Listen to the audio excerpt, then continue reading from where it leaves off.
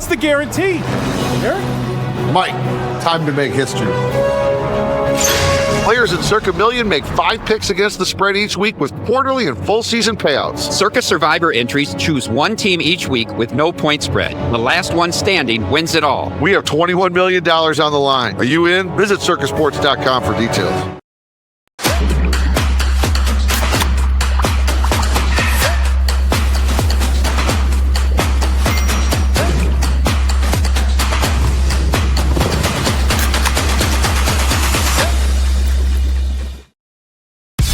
This fall, the Sandman, Adam Sandler, You're My Best Friend Tour. I feel like we're very good friends now. Casey Center, Saturday, October 4th. Get tickets now at HiVTix.com.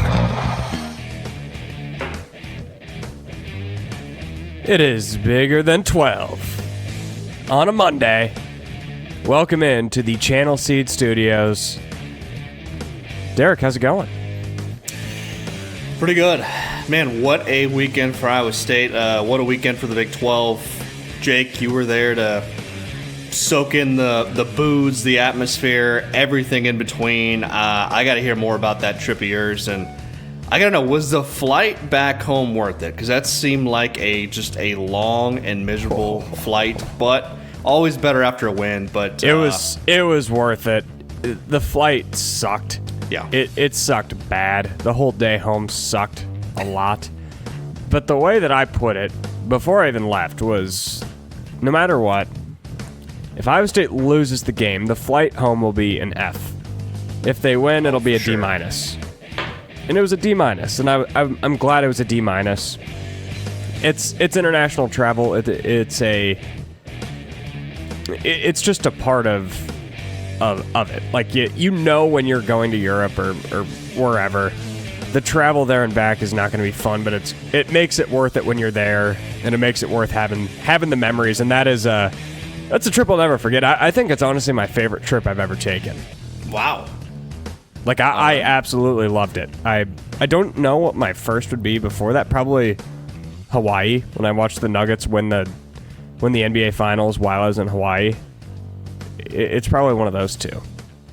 Fort Dodge not up there in the top 3? I had a pretty dang good trip to Fort Dodge this summer. There you go. That's probably in the top 5 somewhere. Okay.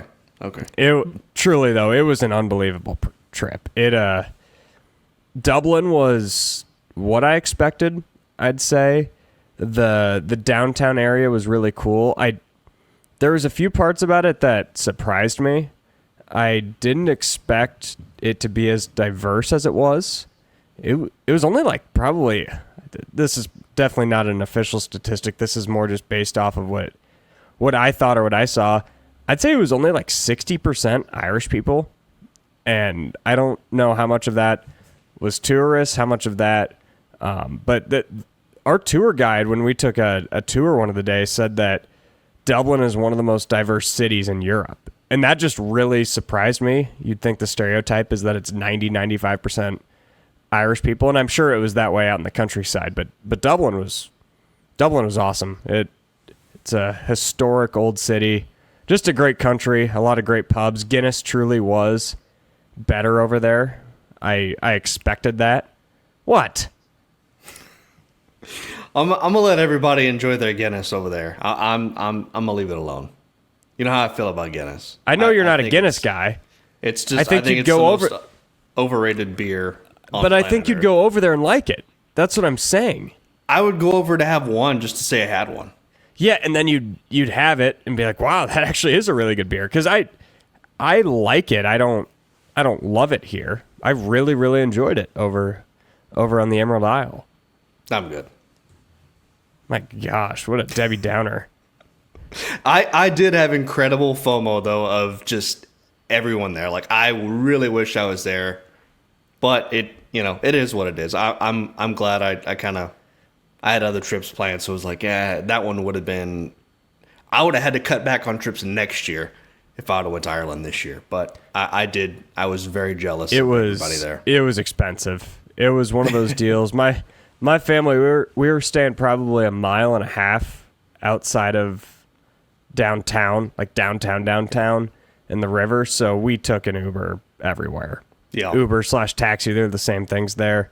So I don't even want to see what my bill is. It's best not to look. I know Tim Hawkins at WealthCharter would disagree with that. Tim, I will go check out my finances in a week. I'll just let it, I don't know. I'll let it settle in, get further away from the trip. Maybe I'll be able to stomach it easier. All jokes aside though, Tim Hawkins at WealthCharter Retirement Planning and Tax would be a great call for you to make to get all of your finances in check. It's the most important thing you can do. Get your finances done right with WealthCharter Retirement Planning and Tax. We're going to get into the Farmageddon. We're also going to talk KU Fresno State, and we'll close with our first week of game picks. But before we get into Farmageddon, I want to talk about what happened to me after. So I work until about 11 p.m. Ireland time that night. So be what, 5 o'clock Central Time? Yeah, 5 o'clock Central Time. And I was probably one of 10 people left in the stadium, 10 to 15. And when I was walking out, I asked the security guard which way I get out. And he points me straight down the hallway, and he said, just out through those doors. So I walk out through those doors. And I walk out, and I'm in between two gates, and both gates are locked. And both gates are like 12 feet high. And then I turn back around, and the only way back in the stadium is these massive steel bolt doors that were locked. So I try knocking on the door, then I pound on the door, and then I pound even harder on the door, and then I start yelling, and nobody hears me. So, oh man, Then I'm just kind of walking around thinking about what my next move should be. I considered climbing the fence, and I think I would have done it fine, but I had my camera with me, so I didn't want to risk jumping off and like dropping my camera or dropping my podcast equipment. And then I tried climbing under, which I almost successfully did. I would have fit under the fence. My backpack, my camera gear would not. So I get back up, soaking wet because it was still like covered in rain. And then I get on the phone with my mom because she's back at the Airbnb, which my whole family is. That's who I'm supposed to be meeting. I told her that I was about to hop in an Uber, which I was. And I'm like, I think I just got to call the cops. She's like, yeah, that's probably your only option. Because I tried calling Aviva's stadium security, nobody answered. So I literally dial 112 on my phone, which is the cops. I'm like, I'm just going to try one more time. And I just yelled, is anybody there? And you hear this Irish accent of, I hear you. And he walks my way. He opens the door, and he's like, oh, sorry, I didn't know those gates locked this time. That was pretty much all he said. And then he directed me down another door. But the story doesn't end there. So I get in or I'm ordering my Uber.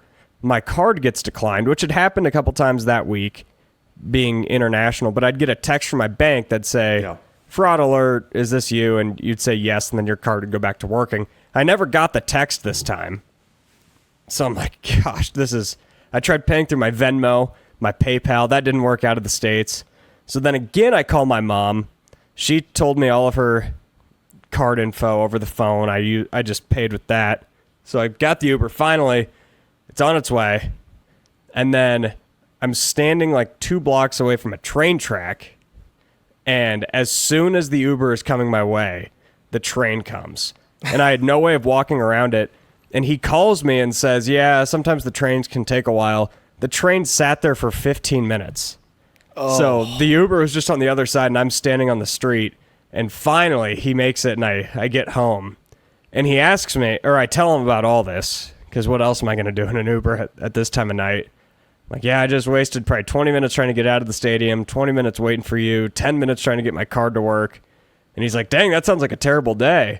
And then I think, honestly, no, it was like one of the best days of my life just to a brutal last 30 minutes. But it was an experience getting back to the Airbnb in Dublin that night. They didn't want you to leave. They were going to leave your ass there. How long were you out there for? Like 45 minutes?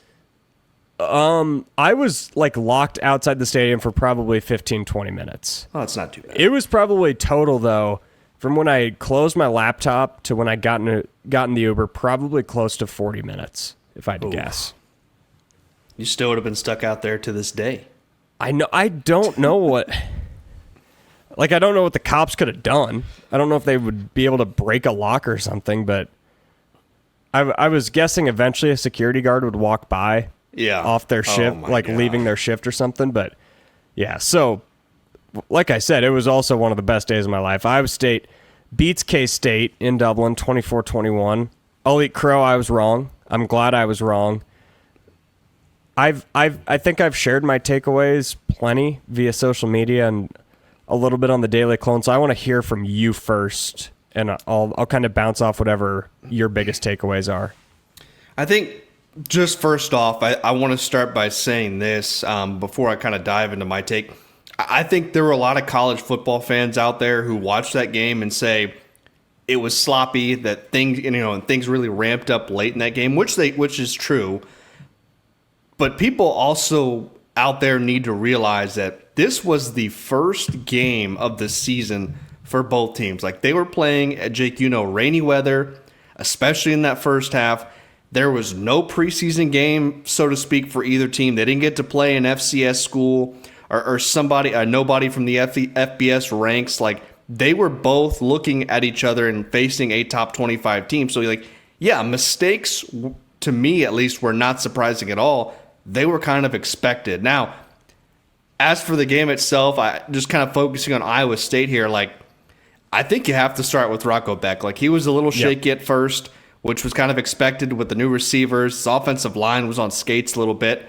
But when push comes to shove, like, he turned it on and just absolutely took it to Kansas State. He made big throw after big throw, and I felt like he was in command of that offense. And I think he showed why he's probably one of the best quarterbacks, not just in the Big 12, but probably the entire country. So I think between Rocco, you look at the offense, the rest around him, it was nice to see the tight ends get involved with Burkle and Bramer. The offensive line, what I was just talking about being on skates in the first half, I thought they did a really good job of settling in that second half. And Iowa State actually had some success running the ball, especially with Chris Hansen later in that second half. Carson, excuse me. In that second half, especially as the game kind of wore on. But I thought what we saw in the late third quarter and the entire fourth quarter was the offense that we expect kind of to see for the rest of the year. And of course, I've got to get credit to Matt Campbell. Goes for it on fourth down 3 times, converted every single one of them, including that go-ahead kind of fourth and short to ice the game instead of trying to go up by 6. But I'll say this. Campbell, what I really liked is he put the faith in his offense to make a play. And when you have a veteran quarterback like Rocco Beck, that's exactly what you do. You let him make a play, and he did. I absolutely love that fourth down call. I mean, it was ballsy. I will say that. And speaking of ballsy, like, how about Taylor Mauser? Like, I tweeted this after the game. Like, the game he called, like, his balls weren't even going to be able to fit on the plane after the way he called that game. So, and then also, by the way, like, Matt Campbell now, I got to say, at 5-1 against Kansas State in their last 6 meetings. So that's hats off to Iowa State, hats off to Matt Campbell and that offense. I thought they did a really, really good job. You touched on a lot there. The thing that I want to hit on is just Rocco. We did our quarterback draft a couple weeks ago. I took Rocco 3rd. He went after Hoover I took him 4th because you took Levitt, Avery Johnson over him. I took Hoover. Honestly, if you want to tell me that he's won, I'm not going to argue with you. You can look at numbers, you can look at production over the course of the game, you can look at how maybe he's struggled from time to time in first halves. But in a quarterback, the one thing that you want is somebody at the end of games. This is the Patrick Mahomes argument. Mahomes last year didn't have a great year. You could argue he didn't have a top 10 statistical year in the NFL, but what other guy in the league would you want to hand the ball to if there's 3 minutes left to go win a game. That's where I'm at with Rocco. I don't know who else in the conference or in the country, for that matter, that you'd want to hand the ball to. Arch Manning, great prospect. We haven't seen it from him. We have seen for 2.5 straight years now where Rocco Becht can ice a game. He got the ball back with 6 minutes and 23 seconds on Saturday, and they had a 3rd and 1. Ballsy play call by Taylor Mauser on the pop pass to Gabe Burkle. Good throw, too. 4th and 3, you gave Rocco two different plays at the line of scrimmage to potentially run. He picked the right one. He made the right read. Carson Hansen went and iced the game. When you have that much faith in your quarterback to do that, it takes your team to a whole nother level. Because otherwise, if they didn't trust their quarterback, if you had 2023 first month of the season Rocco or Hunter Deckers, they're probably kicking a field goal on 4th and 3. Do they make the field goal? Do they miss the field goal? I don't know. Either way, I think they lose the game. I'm on the record saying that. So when you can trust, here's that play if you're watching via YouTube. If you trust your quarterback, that's a superpower that not every team in college football has, and that's why I think Iowa State's got a chance to be really, really good this year with Rocco at the helm. Yeah, I think offensively, outside of that toss call, like right at the goal line, which I think you're just getting a little too cute there, especially way too cute considering the weather conditions there and how close you were. Like Rocco could have literally just snuck that thing right in, probably for a score to me, but they didn't go that way. So I think really offensively, that was probably the only like bad takeaway I would have for them. The other thing I think people probably kind of get lost in or don't talk about enough, because they were so busy focusing on Rocco Becht and the offense. I thought the defense, there were 2 blown coverages there, especially late in that game. They gave up those 2 really big plays, but like outside of that, like I thought Iowa State's defense handled themselves quite well. I mean, the defensive line completely shut down the Kansas State running game. They kept Avery Johnson in check, got some decent pressure at times up front. I think there was a lot of worry, including myself, about the defensive line just with so many new faces there. But I thought they did a damn good job against a pretty formidable Kansas State offensive line. Like, sure, they probably didn't play their best game on paper, but like this is a defense that I think is going to get better as the season goes on, especially under a defensive coordinator like John Haycock. But I'm pretty impressed, and I think one of the guys you have to credit, Big Dom Orange in the middle, eating up blocks. And, of course, he's a guy that's, remember like Ray Lima? Like, everybody just raved about Ray Lima. Three guys. That's what it takes to take on Ray Lima. And Orange is in the same territory right now. Exactly. I 100% agree with that. So I think he did a fantastic job in that game. Really impressed with the defense. If they're going to clean up some of those things, I have full faith that defense is going to be 100% fine. My concern going in was the offense, and I think they answered a lot of those questions on Saturday. Yeah, the defense, it looked like what I wanted it to in my wildest dreams. Not that I didn't think it was possible, because Haycock has proven pretty much every year but last year to be elite on defense. And last year they dealt with injuries, but there still was legitimate questions coming into this year.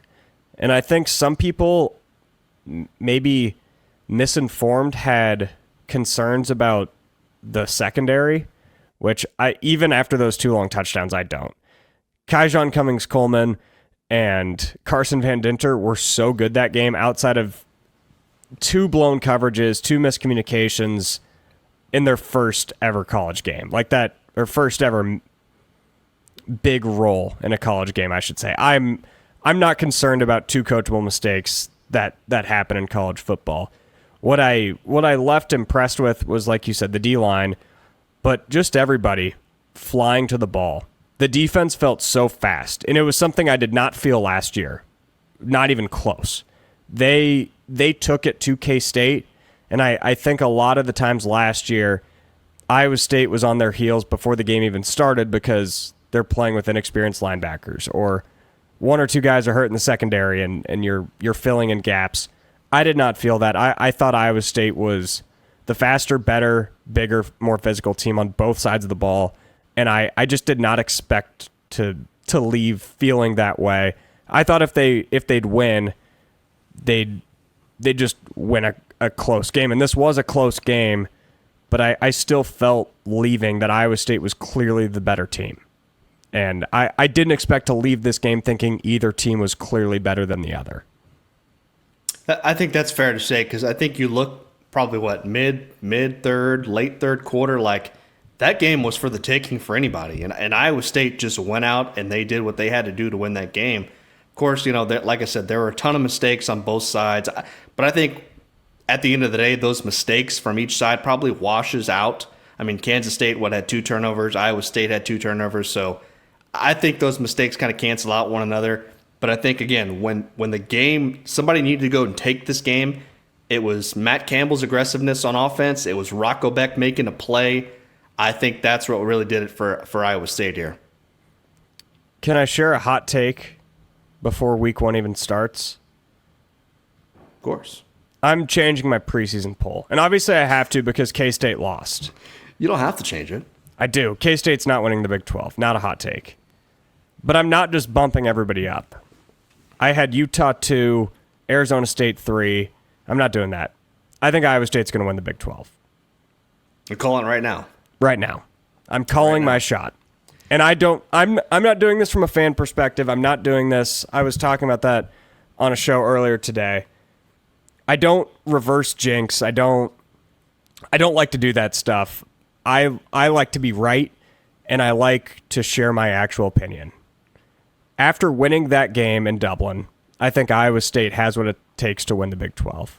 The way the schedule sets up, at this point, the game in Ames in a couple weeks against Iowa doesn't matter in the grand scheme of things. Obviously, you want to win it. I think they will win it.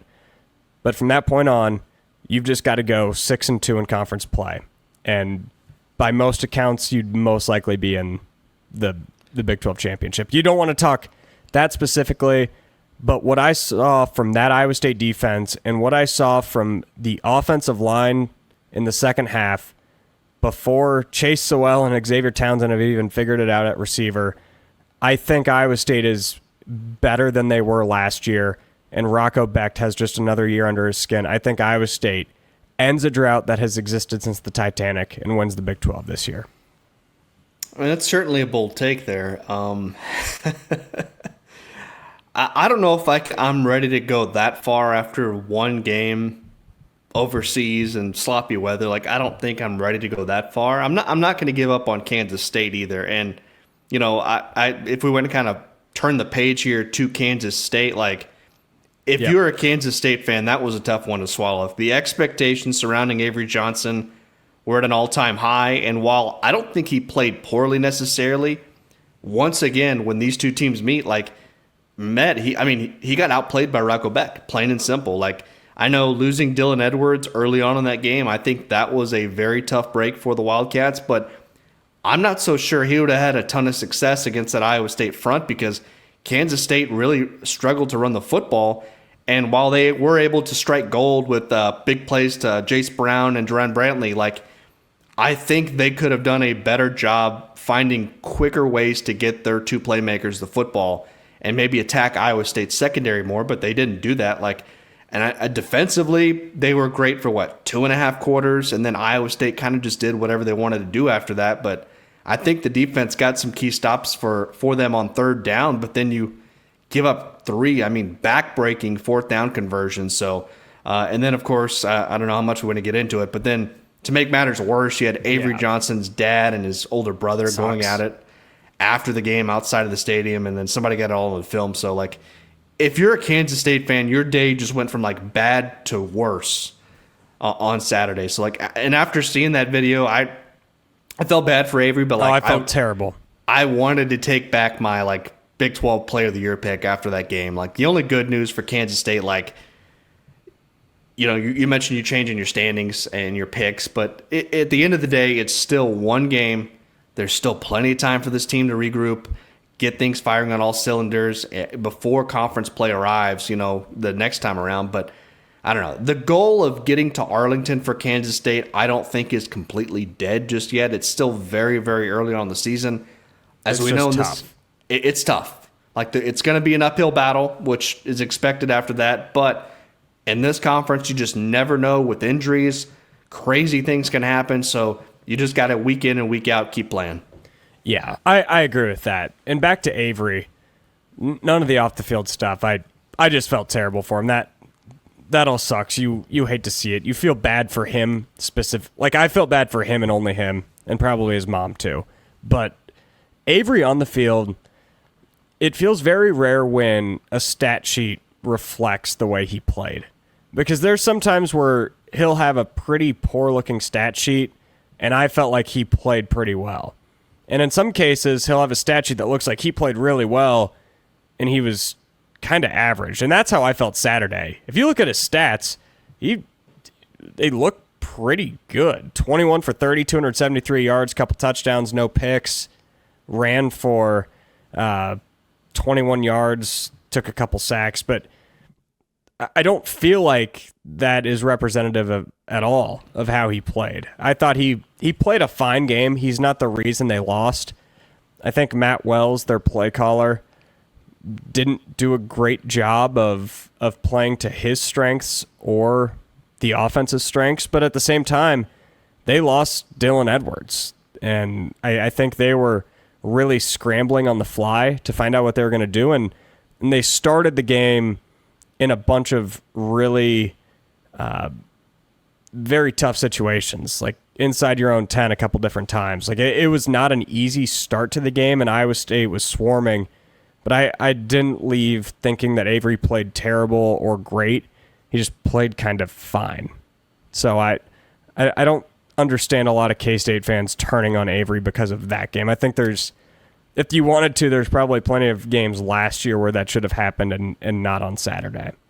Yeah, I don't think he played that poorly. Another thing is when you lose a guy like Dylan Edwards, just such a key part of your running, the way you're going to run the football. I thought Matt Wells could have done a better job of utilizing Avery Johnson's athleticism, using his legs more. Like I felt like with Edwards gone, like he could have at least had anywhere from 5, 6, 7, 8 more carries in that game, whether they were designed or not. I think you could have used Avery to kind of stretch the field a little bit more from sideline to sideline, but it didn't happen that way on Saturday. And that's where a lot of it comes down to execution, because there's 3 plays off the top of my head that I can think of. There was one, it was a quarterback draw, wide open hole, and I believe it was Jontez Williams clipped Avery as he was crossing the line of scrimmage from behind. If he doesn't successfully make that really tough tackle right there, Johnson scores a 30-yard touchdown. The 4th and 1, Jamison Patton met Avery in the gap. You can think about whether or not it was a first down, but like Iowa State made a play, Patton made a play. There's another, I believe it was a quarterback read. Johnson had a big gap. Dom Orange, I don't know how he caught up with Johnson, tackled him for I think just a 1-yard gain. And that's where like Wells probably, those are 3 play calls that he goes back and he says he'd probably make those again because they're the right play calls. And Iowa State's defenders made plays literally all day long. I can't think of many broken tackles, stuff like that. And that's where I give a lot of credit to Iowa State, and that's why I think I'm so bullish on them rather than low on K-State. I still feel mostly the same about K-State. It's just the fact that they're 0-1 and they've already lost a home game. That's why I don't think they're making it to Arlington. And we're having this discussion in late August, but unfortunately we won't be able to talk about this game next year, and that sucks. It makes me sick. Yeah, I saw the comments, with the 2 ADs and then Brett Yormark sitting there, and the question was asked, like, and I also wrote about this over at Heartland College Sports, but like to me, it's just crazy to think that this game's going to go away soon. Like what we saw on Saturday was 2 fan bases traveling, over 4,000 miles, spending thousands of dollars to watch their favorite team play their rival overseas. I mean, like, Jake, the scene. You were there. Like, the streets were full. It was unreal. The pubs were full. I mean, how many Guinness pints were consumed? all because of that football game. Like, I don't know how somebody experiences all of that, watches the game, and then goes, you know what?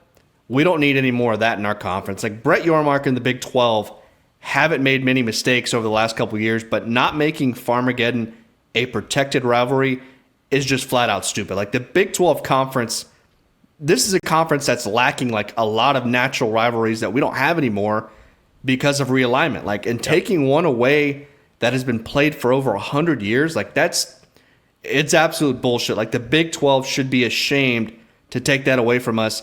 And for those fan bases and college football in general, like, you want to sit here and talk about what's good for the Big 12, what's good for college football, but what's good for them is keeping those rivalry games intact. And that part to me is just mind-blowing. The lack of awareness from the Big 12 here, not keeping this game around, is just pure ignorance.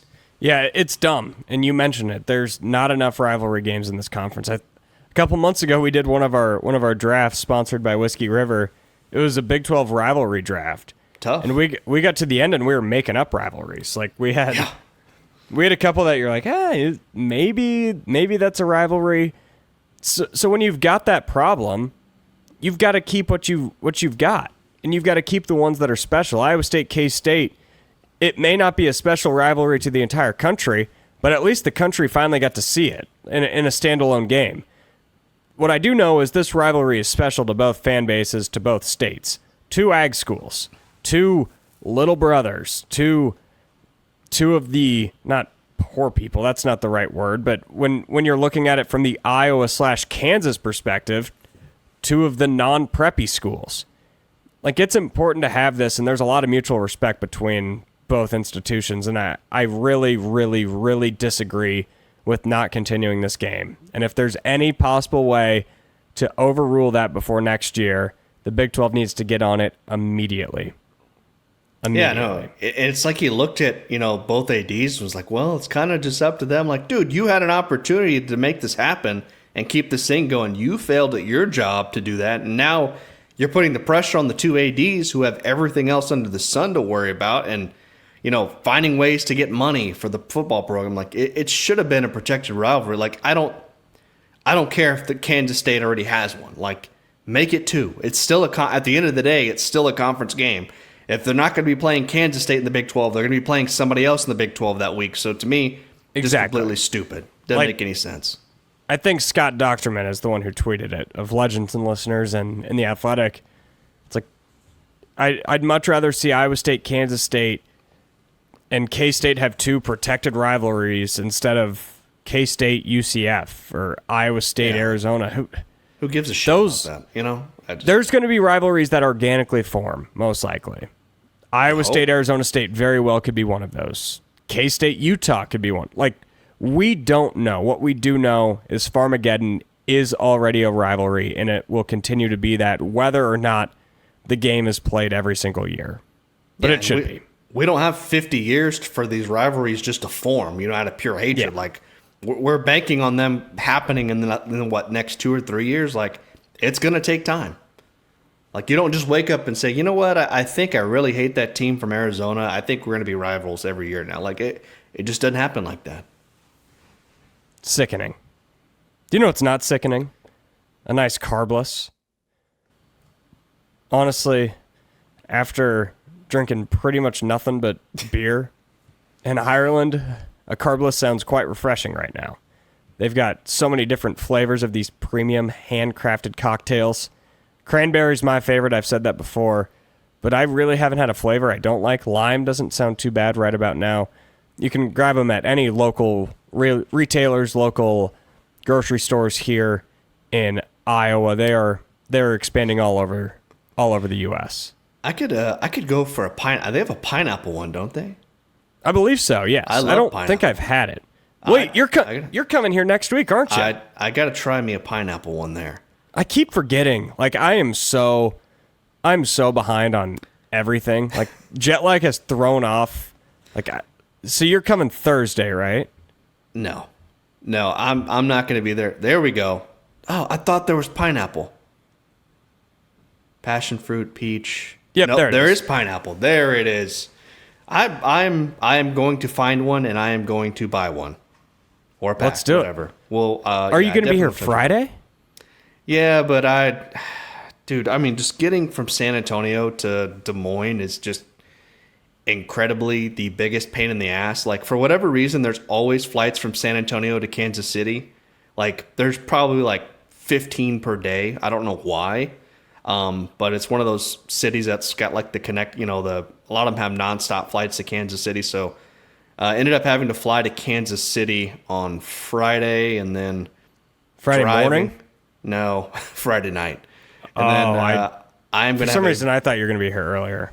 I'm going to have a very late night Friday driving to Des Moines. I probably won't get into town until like 1 or 2 in the morning. And then, Oh my gosh. I was going to say, I've got my garage. It's going to be like mid 70s. It'd be the perfect. I know. I think we've got Nebraska since he's Thursday night. We've got Baylor Auburn on Friday night. But I guess that's, I thought we could share a couple carblesses in my garage, but that might have to happen Sunday for. Sick. Got plenty of time. Sunday is, what? I should have all these games memorized by now, but there's so many different. There's no Big 12 game on Sunday. No There's Big on 12. Monday with TCU and Gotcha. then North Carolina. There's still a couple games on Sunday. I think like Miami. Notre Dame That's the play on Miami Sunday. Notre Dame game. Yeah, there's plenty of time. Well, your travels could be safer if you stopped at Freedom Tire. I don't believe they have any locations down in Kansas City, but they do have 5 in central Iowa, from Ames to Altoona to Des Moines, even West Des Moines. Urbandale's got one too.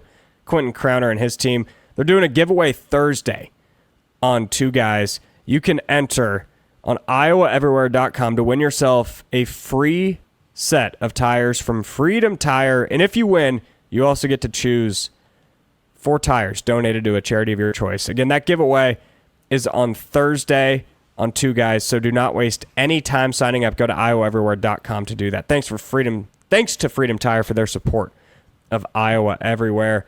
Let's talk a little Kansas-Fresno State. I did not get to watch this game live. I tried, but you can't access unnamed streaming service TV outside of the United States.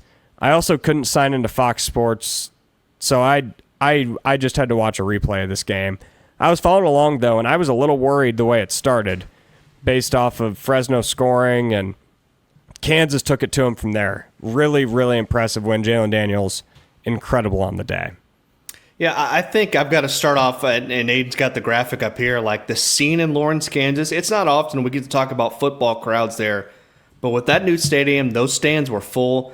I felt like even on TV, you could feel the energy inside that stadium, and you have to like what you saw from Kansas, like on the field too. Jalen Daniels, guy we've talked about plenty on this show, like he looked like the Jalen Daniels of old. He looked like the guy that was once the popular pick to win Big 12 Player of the Year. Like the offense, just in general, rushed over 200 yards, which I really love to see. The offensive line was great. I just felt like the offense in general, they looked in midseason form. And I know it's against Fresno State. They're not very good, but I don't know. I think Fresno's sneaky good. So. I don't think so. New coach. I know Kurt Warner's son's their quarterback, which is a cool story, but I don't think that's a very good football team. But, I said before the season, this is an offense that I felt like could put up a lot of points on just about anyone, and they didn't waste any time at all to do that. I felt probably like they could have put 50 on Fresno State in that game, but it was clear to me that they took their foot off the gas kind of heading in that fourth quarter. I don't think they scored a single point in the final period, but and as great as the offense was, I had my focus on the defense too. And despite giving up that touchdown, they gave up the first touchdown, I believe, of the game, wasn't it? Or no, it was Fresno State's first drive. Yeah, Fresno 7-0. Scored to make it 7-7.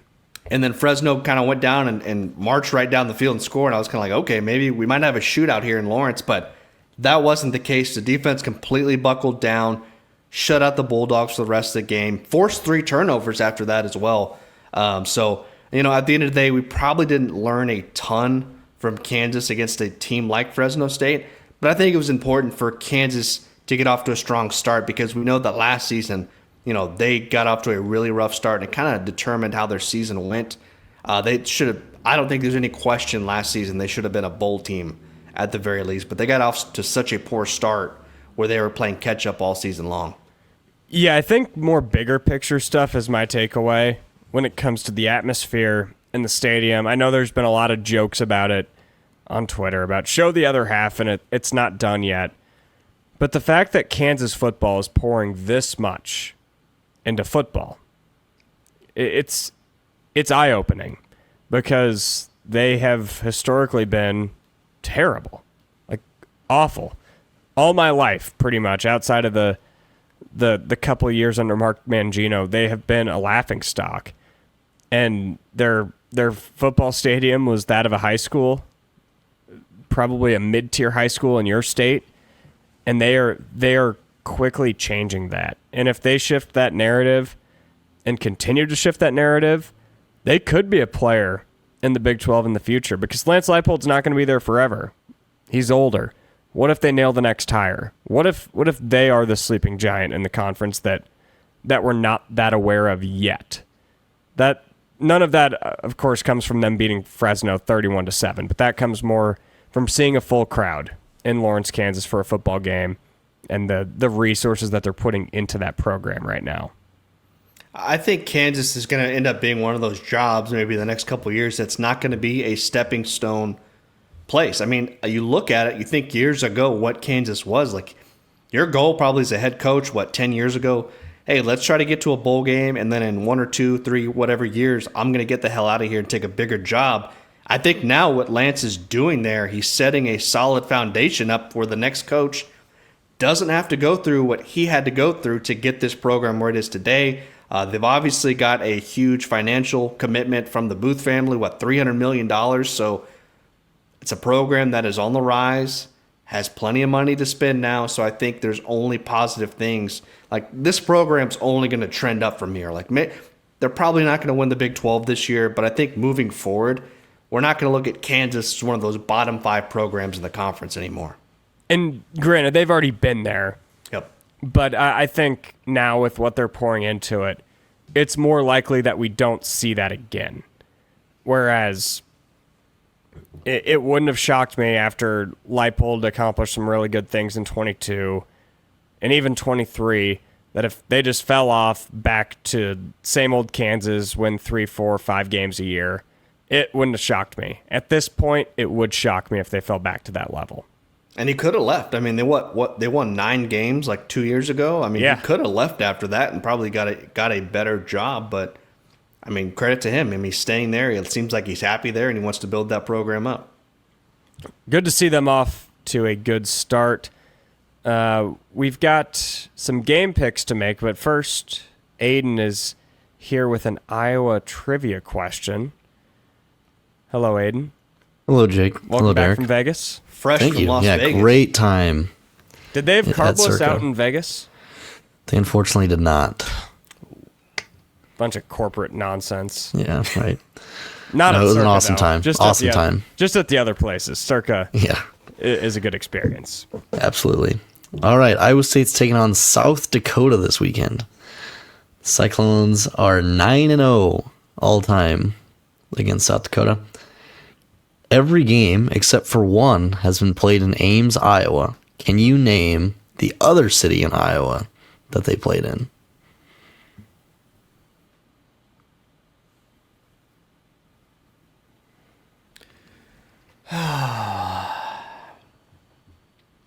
Can I guess what direction it's in first?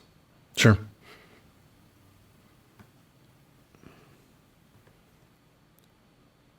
Is it somewhere west of Des Moines? Yes. Is it northwest of Des Moines? Yes. If it's not northwest, it's directly west. I'm pretty sure it's northwest. I have 2 guesses. One of them is Council Bluffs, but that's probably not correct. No. The other one would be, is it Sioux City? Yeah, it is. Nice. Is it Sioux City? It is. Yeah. I was thinking, That's what I was going to guess. because that's the only big city that I could think that would be closer to that South Dakota side would be Sioux City. That was back in the year of our Lord, 1899. Was Randy Peterson covering that game? Sorry. Sorry, Randy. Love you. Another fun fact, South Dakota in 9 meetings has scored a total of 12 points. I think they're going to go over that. I would But say that I'm not they're gonna. certain. I'm gonna say they score at least 10 in this game.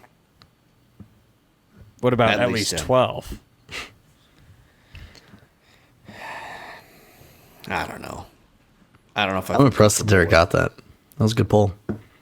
Wait. I knew it was somewhere west. I was like, it's either going to be Council Bluffs or Sioux City. But Sioux Before, City's that's what Sioux City is northwest. That's directly northwest from Des Moines.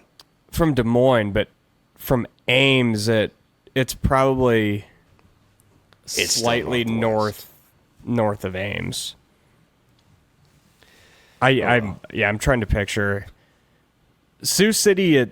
When I was younger, I always pictured it in like the absolute northwest corner of the state, but it's a little bit south of like the corner.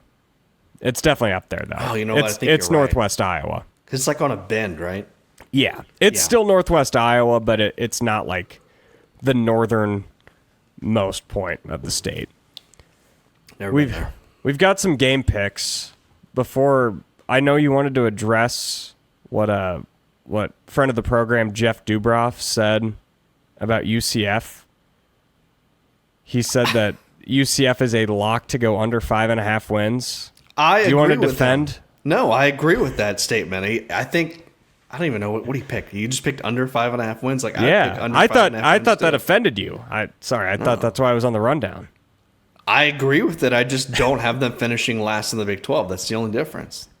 They could win a conference game. They could win one. Wow, I you're don't think high on the Knights. I don't think they're going to win more than one. They're going to win one. I don't know who. I think they're going to beat West Virginia at home. Yeah, Jeff Dubroff of KCCI Channel 8 Sports. Week 1's here, and he's here to tell you that his favorite lock of the year on team totals is UCF under 5.5, and he's got a very valid reason. Alex Grinch is their defensive coordinator. Jeff is a diehard UCF or USC fan. Can't stand Alex Grinch. So I just saw that, and I figured you were fuming, being a Central Florida truther like you are. Yeah. Shout out to Jeff. I think he went 5-0 on his picks, didn't he? Like his little predictions. Oh, really? I think he didn't did. see- That's not shocking. Jeff knows ball. I think he did. Duber knows ball. Our picks this week are sponsored by Whiskey River. So Irish food, I set my expectations low because, I don't know, I've just heard pretty much anything like northern Europe they're not known for their cuisine. So I set my expectations really low, and it was good, actually. I came away impressed, but it was no Whiskey River. It's no Whiskey River. I was craving some good old... Maybe I'll have to go get a burger at Whiskey River tonight. I've been craving just a true fatty American burger all week. And I know I can get that at Whiskey River, and I also know that I can go and get a good time. Looking for a good time?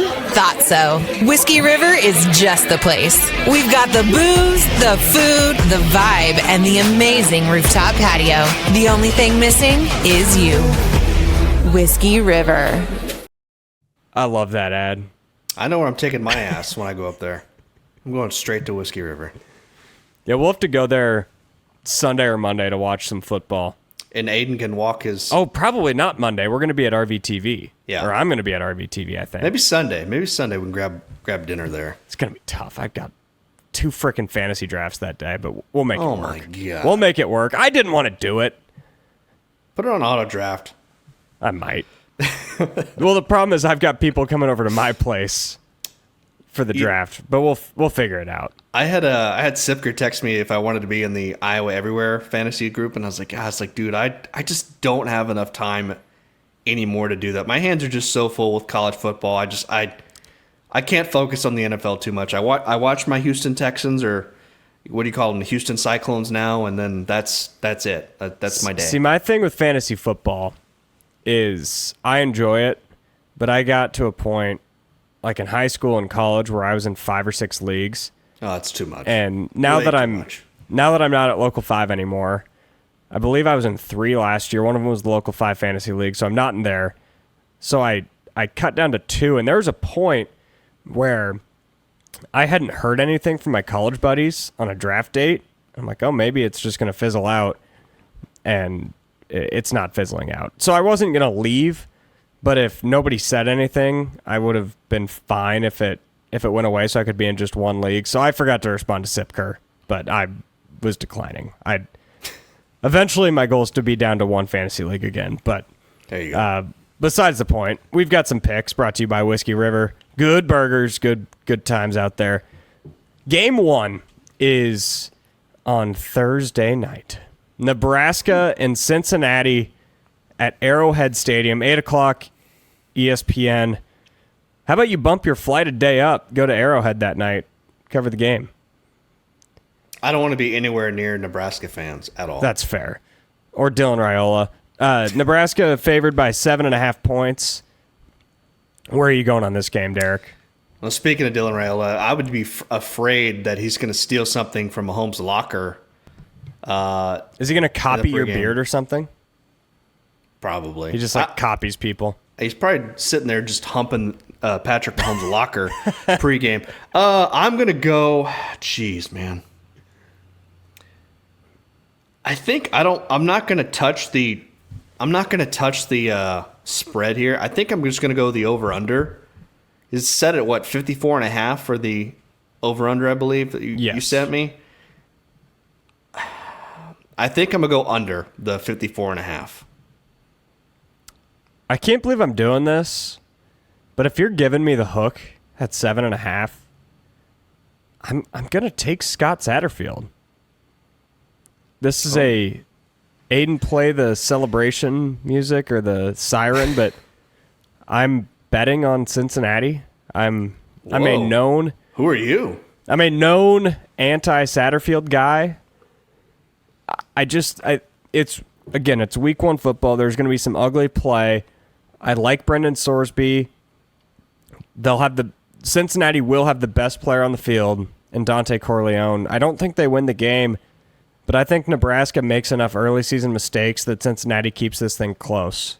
And I really hope they do. It'd be good for the league. Yeah, I think Nebraska wins this one. I picked Cincinnati 9th in my preseason poll. I don't feel great about this game week 1. That's why I think the better play for me here would be the under here, because I think both offenses are going to kind of struggle at first. Up next is a Friday night game, an RV Village special, as Chris Williams and Brent Bloom would call it.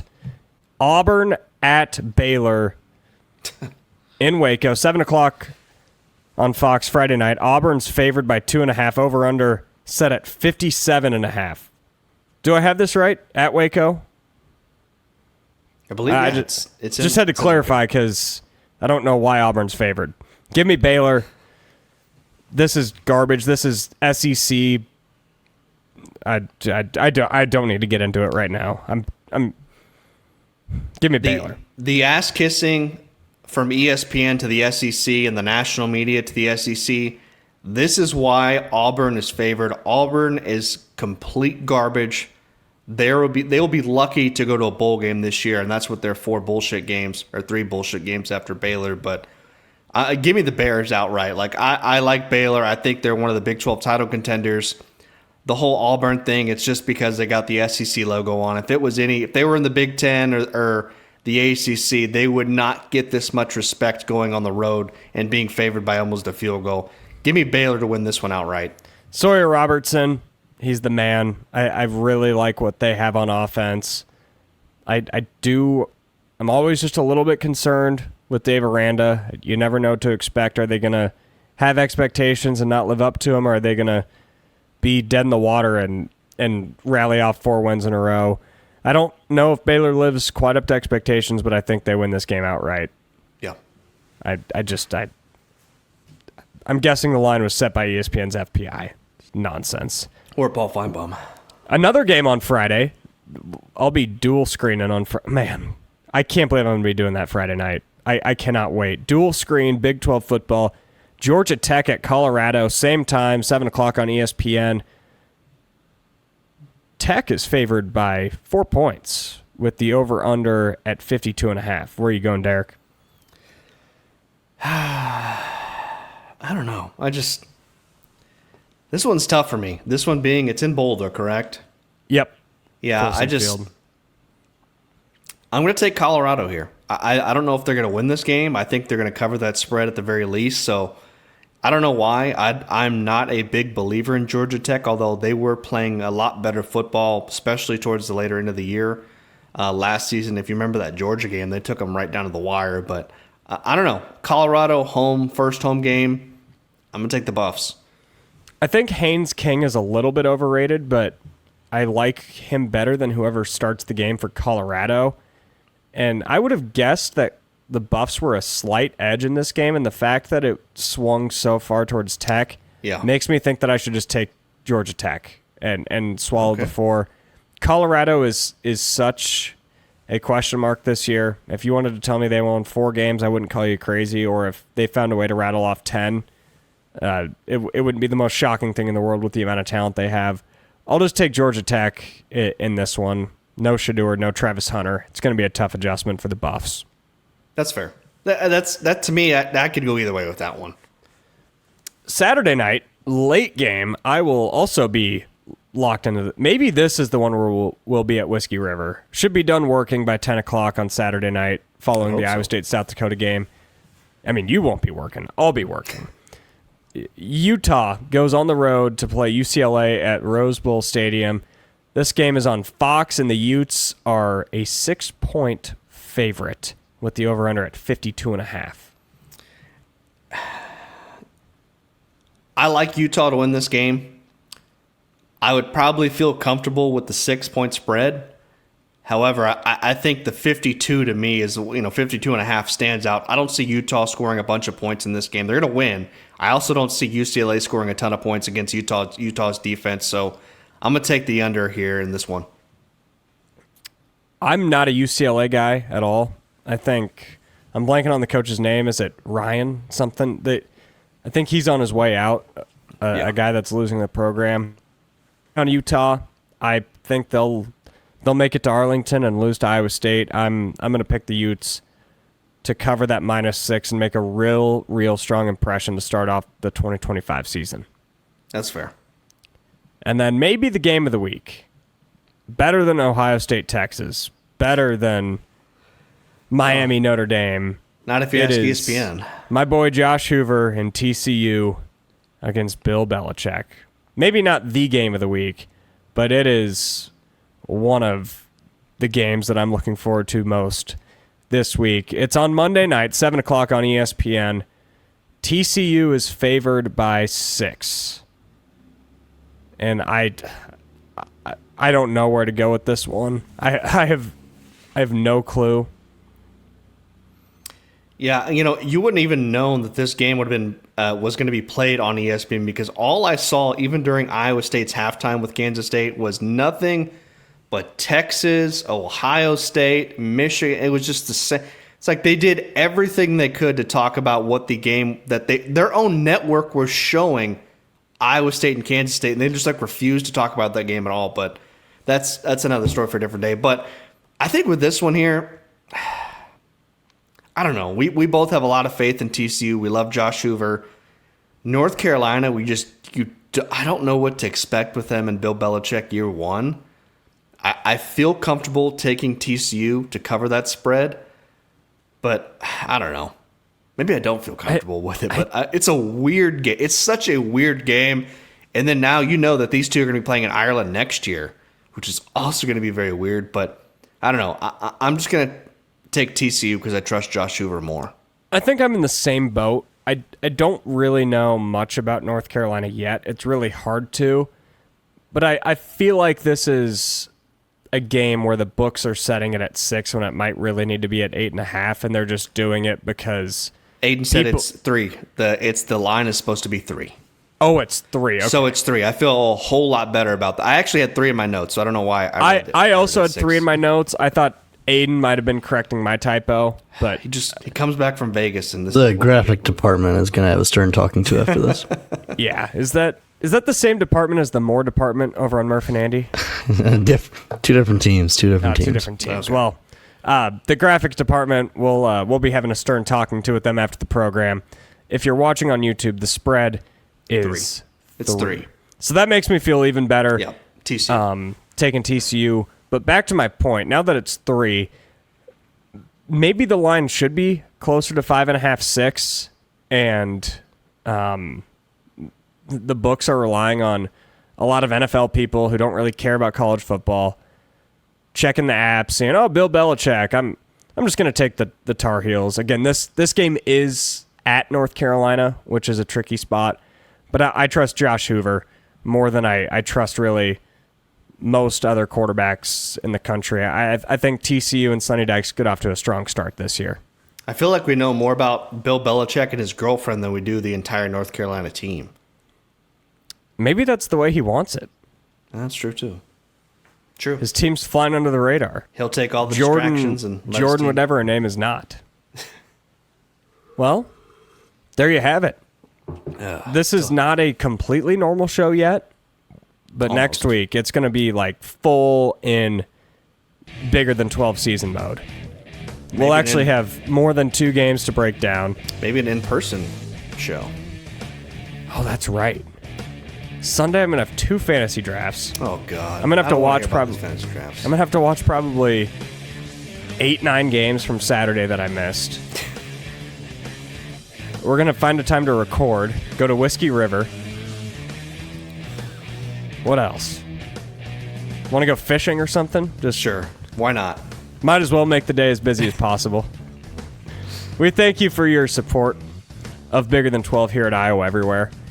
We're having fun. We hope you guys are having fun listening too. Be sure to like, subscribe, and leave a like wherever you enjoy consuming our content. We will be back following week 1 of the college football season.